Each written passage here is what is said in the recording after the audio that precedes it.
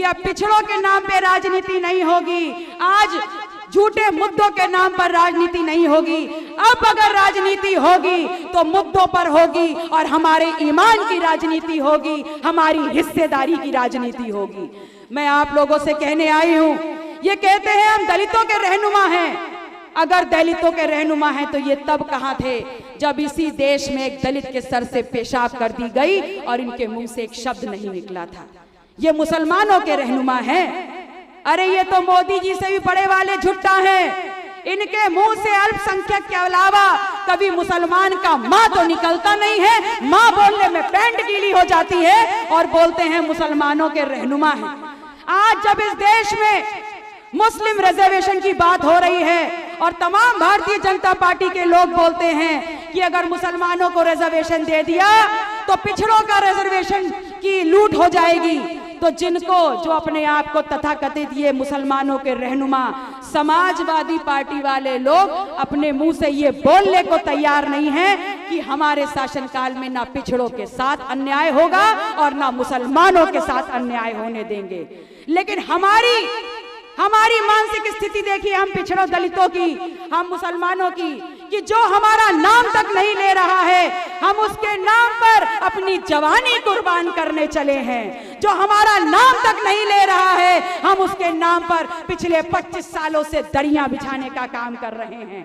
जो हमारा नाम तक नहीं ले रहा है हम उसके नाम पर इस लोकतांत्रिक व्यवस्था में अपनी संवैधानिक ताकत, इस वोट की ताकत को घंटों लाइन में धूप में खड़े होकर के उसको वोट दे करके उसको सरपरस्ती देने का काम करने का सोच रहे हैं। मैं आपसे कह रही हूं कि भूलिएगा नहीं, इस देश में अक़लियत की राजनीति को एक नई जुबान चाहिए और वो नई जुबान ऐसी हो जो इस देश में इस बात को खत्म कर दे, निस्तो नाबूद कर दे कि इस देश की अक़लियत की राजनीति इस देश में बहुसंख्यक राजनीति से अपने आप को सिर्फ बचाए तक सीमित रखने की है। बिल्कुल गलत।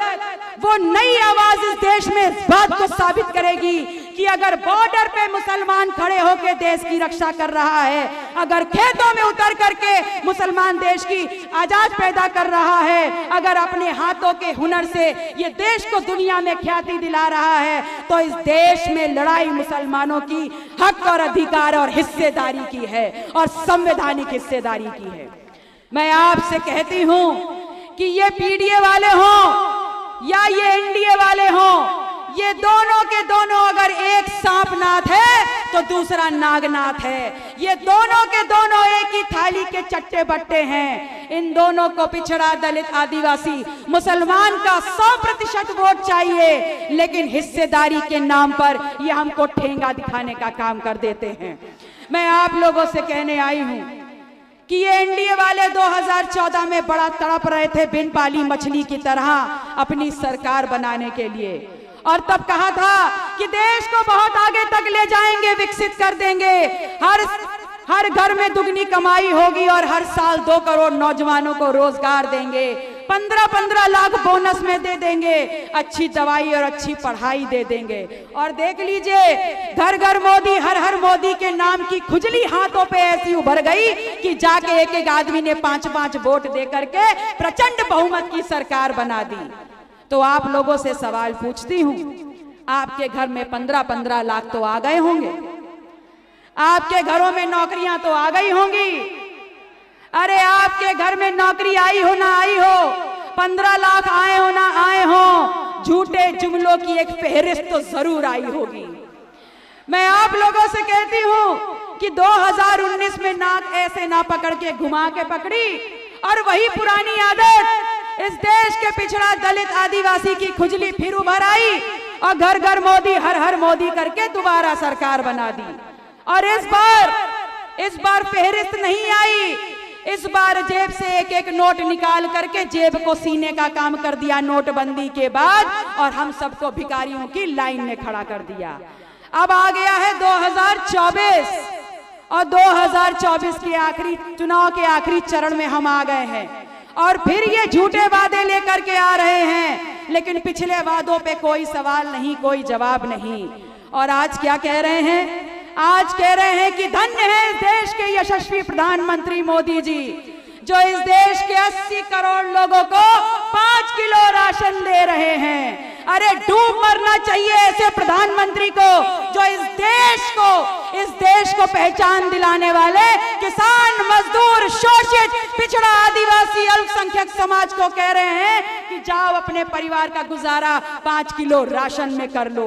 वो प्रधानमंत्री ऐसा कह रहा है जो अपनी नाक पोंछने के लिए भी 1000 रुपए का रुमाल इस्तेमाल कर लेता है। वो प्रधानमंत्री ऐसा कह रहा है जो एक दिन में एक भाषण देने के लिए 15 लाख का सूट पहन के आता है। वो कह रहा है कि जाओ किसानों, तुम्हारे सम्मान के लिए तुम्हारी सम्मान निधि वो लाल लाल करारा 2000 का नोट तुम्हें दे दिया है। वो उसमें कहता है खुशियां भी बटोर लो, बच्चों की शादी भी कर लो, शिक्षा भी कर लो और जो कुछ निपटाना है सब निपटा लो। तो मैं आपसे कहने आई हूं कि इस बार अगर ये 5 किलो राशन दे तो रख लेना, 10 किलो दे तो रख लेना, 20 किलो दे तो रख लेना, 2000 दे, 20,000 दे, जो दे वो रख लेना। ये इनके बाप के घर का अनाज नहीं है, ये आपके और हमारे खेतों का अनाज है। और जो नोट आपके बीच में करारे करारे फेंके उनको भी बटोर लेना। ये नोटबंदी के बाद हमारी जेबों से निकाल के ही तो हमको कंगाल कर दिया है। आप लोगों को सिर्फ इतना कहना चाहती हूं कि 2014 में बड़ी चालाकी से निकाले थे आपके जेब का एक एक वोट और बनाई थी प्रचंड बहुमत की सरकार। 2019 में नोटबंदी करने के बाद निकाल लिए आप लोग के जेब के एक एक नोट, और 2024 में अगर इन झुट्टों के चक्कर में पड़े तो इस बार जाएगी शरीर की लंगोट और नंगे हो जाएंगे आप समाज और परिवार के सामने। आप बता नहीं पाएंगे कि आपने अपनी संवैधानिक ताकत का क्या इस्तेमाल किया। और उधर देखिए, अभी कुछ दिन पहले मैंने एक भाषण सुना, वो कह रहे थे कि अगर हमारी सरकार नहीं बनी तो राम मंदिर में ताला लग जाएगा। अरे माननीय मोदी जी, आप भविष्यवक्ता मत बनिए और ये मत बताइए इस देश में आगे क्या होगा। आप पहले ये बताइए कि आपके शासनकाल में इस देश में क्या क्या हो गया। आपके इसी देश में आपके शासनकाल में कैसे आपने लोगों की जेब पे ताला लगा करके नोटबंदी कर दी, इस बात का जवाब दे दीजिए। कैसे आपने इस देश में कोरोना के बाद इस देश में लॉकडाउन लगा करके लोगों की सांसों पर, लोगों की भूख पर, लोगों की कमाई पर आपने ताला लगा दिया। पहले इस बात का जवाब दीजिए। आने वाले वक्त खुद ही बता देगा राम मंदिर पे ताला लगेगा या नहीं लगेगा। मैं आप लोगों से कहने आई हूं कि ये दूसरे जो चोर आपके बीच में खड़े इंडिया अलायंस वाले, ये कहते हैं हम पिछड़ा, दलित, अल्पसंख्यक की रहनुमाई करते हैं। अगर पिछड़ों की रहनुमाई करते हैं तो 69,000 शिक्षक भर्ती का घोटाला हुआ, और जब उस घोटाले में पिछड़ों के लड़के लखनऊ की धरती पर लाठी खा रहे थे तब ये पिछड़ों की रहनुमाई करने वाले कहां थे। ये पिछड़ों की रहनुमाई करते हैं और शायद इसीलिए अपने घरों में बैठे हुए थे। मैं इनसे सवाल पूछती हूं और आपके माध्यम से सवाल पूछती हूं कि क्या पिछड़ों में सिर्फ यादव आते हैं? अरे सारे पिछड़ों का हक लेकर के तो ये यादव कब के भाग गए, और आज जो यादव पिछड़ों की बात कर रहे हैं वो इतने अगड़े हो गए हैं कि ठाकुरों में अपनी रिश्तेदारियां कर रहे हैं। वरना बताइए कौन पिछड़ा कुर्मी है, कौन काछी है, कौन कहार है, कौन पाल गडरिया है, कौन मौर्य है जो ठाकुरों में अपनी रिश्तेदारियां कर रहा है। और इसीलिए मैं कहती हूं कि अब पिछड़ों के नाम पे राजनीति नहीं होगी, आज झूठे मुद्दों के नाम पर राजनीति नहीं होगी। अब अगर राजनीति होगी तो मुद्दों पर होगी और हमारे ईमान की राजनीति होगी, हमारी हिस्सेदारी की राजनीति होगी। मैं आप लोगों से कहने आई हूं, ये कहते हैं हम दलितों के रहनुमा हैं। अगर दलितों के रहनुमा हैं तो ये तब कहां थे जब इसी देश में एक दलित के सर से पेशाब कर दी गई और इनके मुंह से एक शब्द नहीं निकला था। ये मुसलमानों के रहनुमा हैं। अरे ये तो मोदी जी से भी बड़े वाले झुट्टा हैं। इनके मुंह से अल्पसंख्यक के अलावा कभी मुसलमान का माँ तो निकलता नहीं है। माँ बोलने में पैंट गीली हो जाती है और बोलते हैं मुसलमानों के रहनुमा हैं।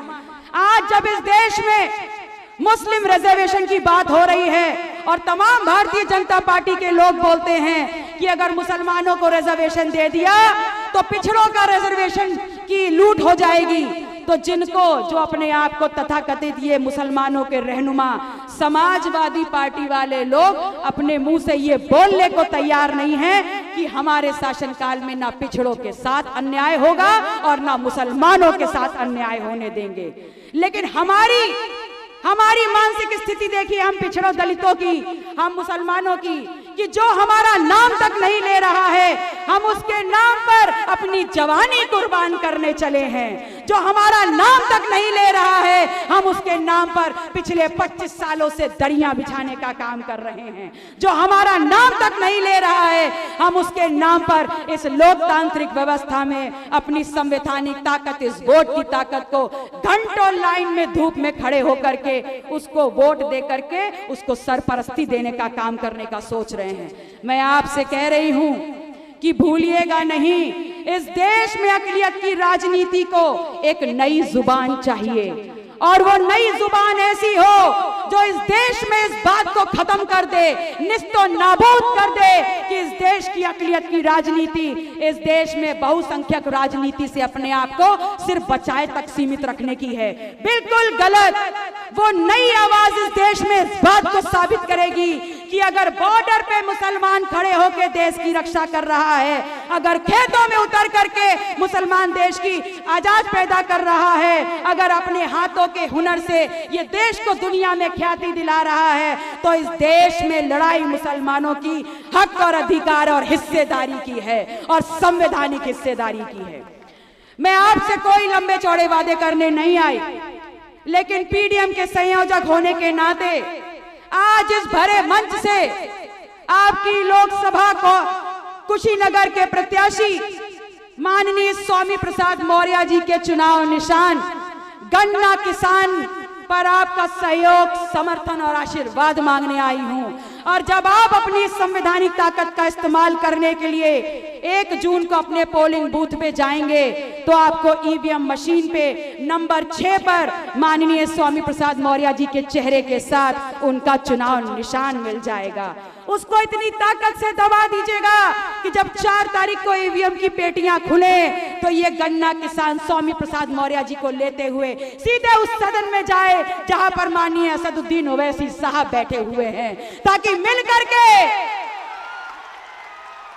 ताकि अगर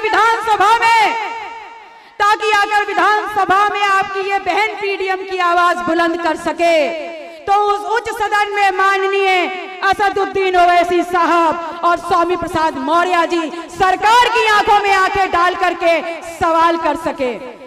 आप सभी अक़लियत के लोगों का, मेरे भाई बहनों, बुजुर्गों, माताओं बहनों और दूर तक मेरी आवाज को सुनने वाले जो कुशीनगर के कोने कोने से आए हैं, आप IMIM अपना दल के सभी सम्मानित पदाधिकारी, सहयोगियों का, समर्थकों का, मंचासीन अपने समस्त सम्मानित पदाधिकारियों का और आप जनता का दिल की गहराइयों से लोकतंत्र के मजबूत स्तंभ, लोग अपने बंधुओं का, पत्रकार बंधुओं का, सुरक्षा में लगे सुरक्षा कर्मियों का, जिनका नाम ले पाए और जिनका नाम नहीं ले पाए, स्वर की गहराइयों से, दिल की गहराइयों से हार्दिक स्वागत, अभिनंदन और वंदन करते हैं।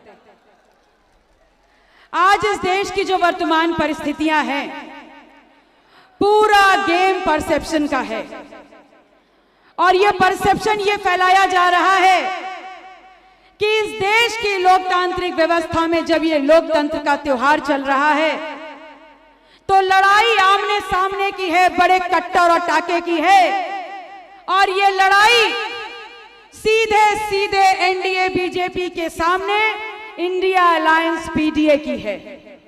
मैं ये तो नहीं जानती कि इनके बीच में कांटे की टक्कर है या नहीं, लेकिन ये जरूर जानती हूं कि इन दोनों के बीच में 100% आपसी समझौता जरूर है और ये समझौता ऐसा है कि जहां एनडीए कमजोर पड़ जाए वहां पीडीए बढ़ जाए और जहां पीडीए कमजोर पड़ जाए वहां एनडीए को हवा दे दो। कहने का मतलब ये है कि सत्ता अगर इनके हाथ से निकले तो इनके हाथ में चली जाए और इनके हाथ से निकले तो इनके हाथ में चली जाए, किसी भी सूरत में इस देश की सत्ता इस आम आदमी, पिछड़ा, दलित, आदिवासी, मुसलमान के हाथ में ना आने पाए।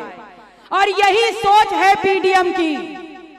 मुझे बड़ी खुशी है कि आज माननीय स्वामी प्रसाद मौर्य जी के आह्वान पर मुझे ये मौका मिला कि मैं आप सम्मानित जन के बीच में पीडीएम से संबंधित बातें रखते हुए आपको पीडीएम से जोड़ने का काम कर पाऊं।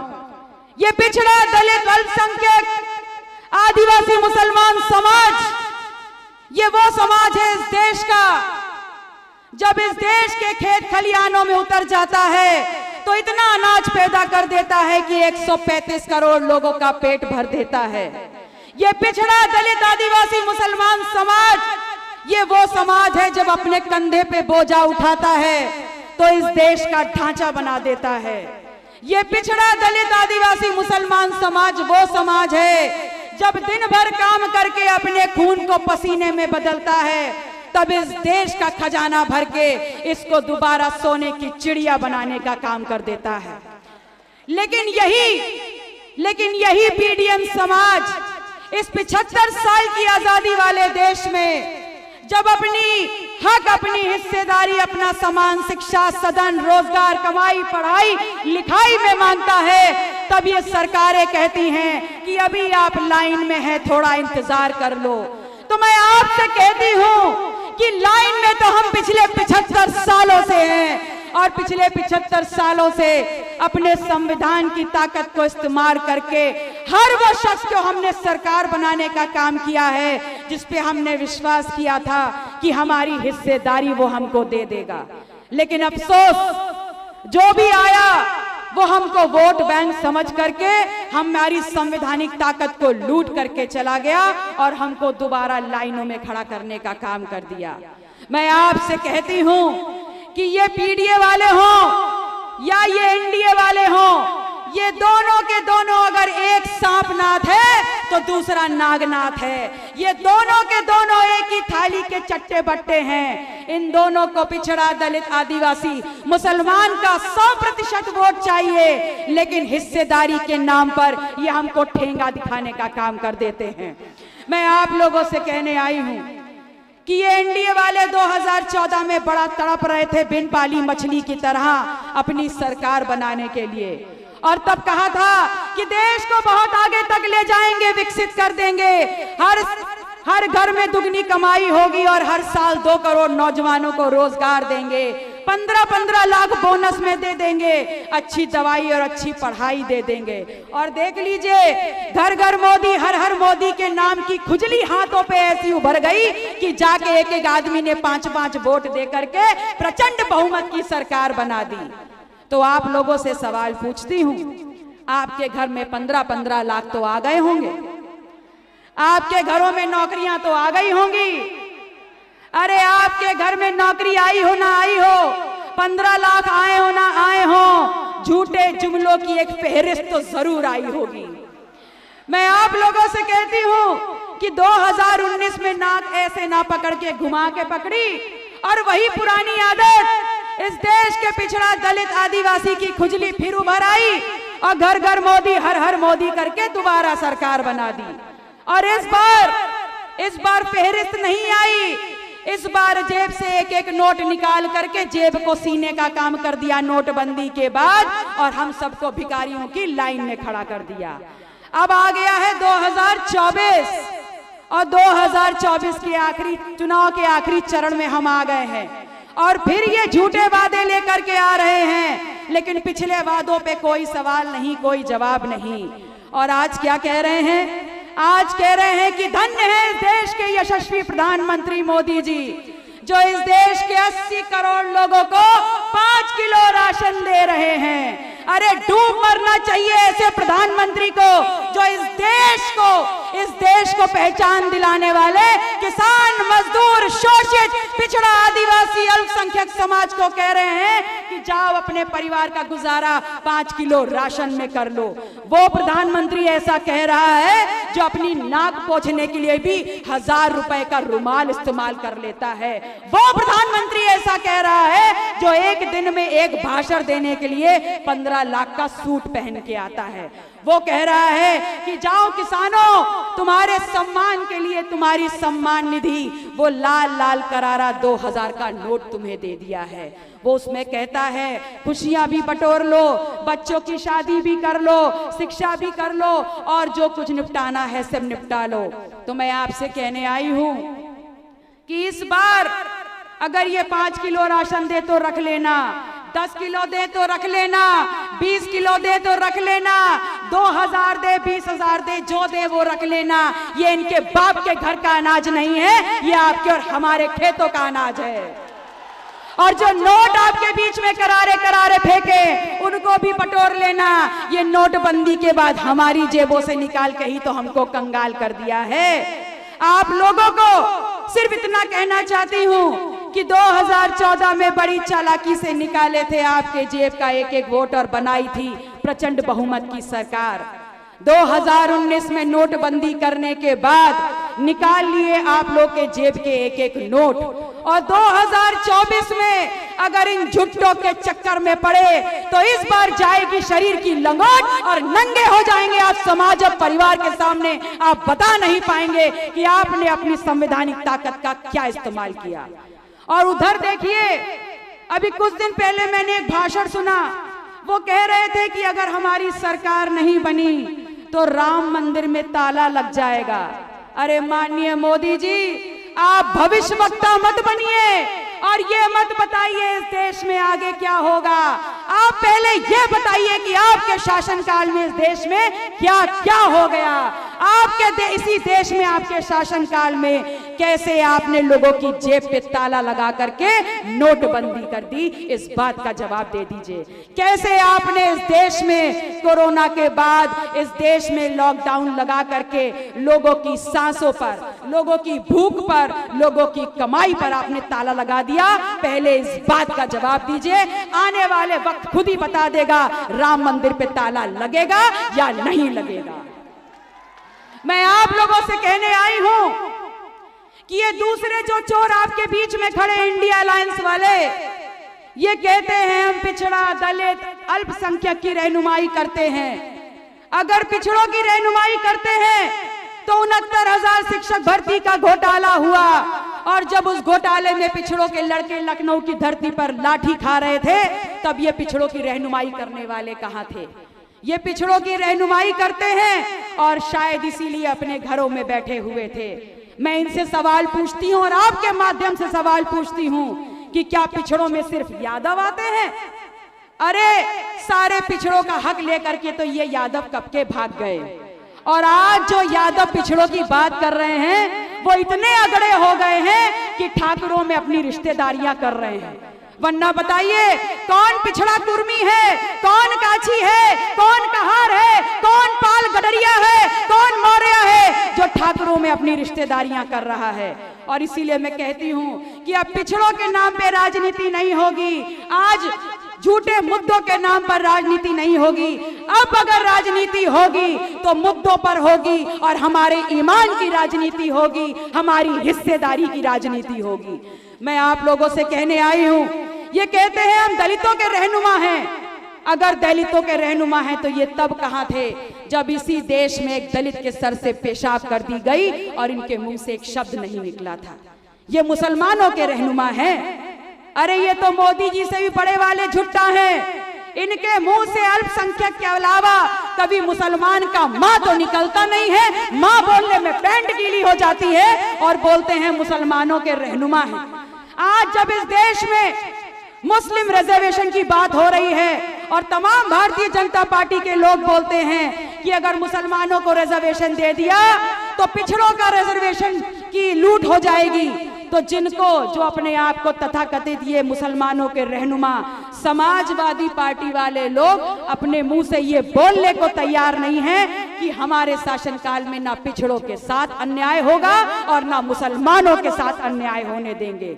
लेकिन हमारी मानसिक स्थिति देखिए, हम पिछड़ों दलितों की, हम मुसलमानों की, कि जो हमारा नाम तक नहीं ले रहा है हम उसके नाम पर अपनी जवानी कुर्बान करने चले हैं। जो हमारा नाम तक नहीं ले रहा है हम उसके नाम पर पिछले 25 सालों से दरियां बिछाने का काम कर रहे हैं। जो हमारा नाम तक नहीं ले रहा है हम उसके नाम पर इस लोकतांत्रिक व्यवस्था में अपनी संवैधानिक ताकत, इस वोट की ताकत को घंटों लाइन में धूप में खड़े होकर के उसको वोट दे करके उसको सरपरस्ती देने का काम करने का सोच रहे हैं।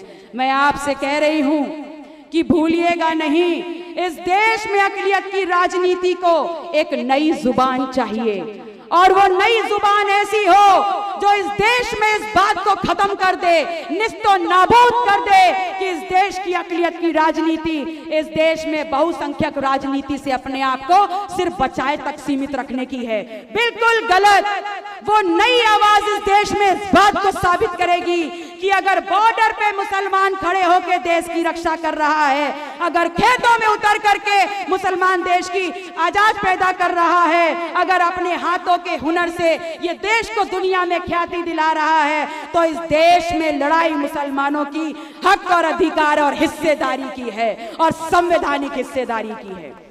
मैं आपसे कोई लंबे चौड़े वादे करने नहीं आई, लेकिन पीडीएम के संयोजक होने के नाते आज इस भरे मंच से आपकी लोकसभा को कुशीनगर के प्रत्याशी माननीय स्वामी प्रसाद मौर्य जी के चुनाव निशान गन्ना किसान पर आपका सहयोग, समर्थन और आशीर्वाद मांगने आई हूं।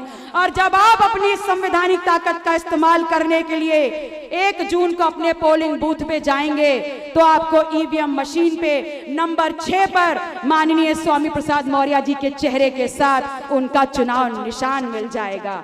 उसको इतनी ताकत से दबा दीजिएगा कि जब 4 तारीख को ईवीएम की पेटियां खुले तो ये गन्ना किसान स्वामी प्रसाद मौर्य जी को लेते हुए सीधे उस सदन में जाए जहां पर माननीय असदुद्दीन ओवैसी साहब बैठे हुए हैं, ताकि मिल करके,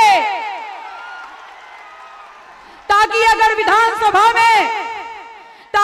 विधानसभा में आपकी ये बहन पीडीएम की आवाज बुलंद कर सके तो उस उच्च सदन में माननीय असदुद्दीन ओवैसी साहब और स्वामी प्रसाद मौर्य जी सरकार की आंखों में आंखें डाल करके सवाल कर सके। आप सभी अक़लियत के लोगों का, मेरे भाई बहनों, बुजुर्गों, माताओं बहनों और दूर तक मेरी आवाज को सुनने वाले जो कुशीनगर के कोने कोने से आए हैं, आप सभी ईमान वालों से अंत में एक ईमान की बात कहते हुए रजा लूंगी कि तुम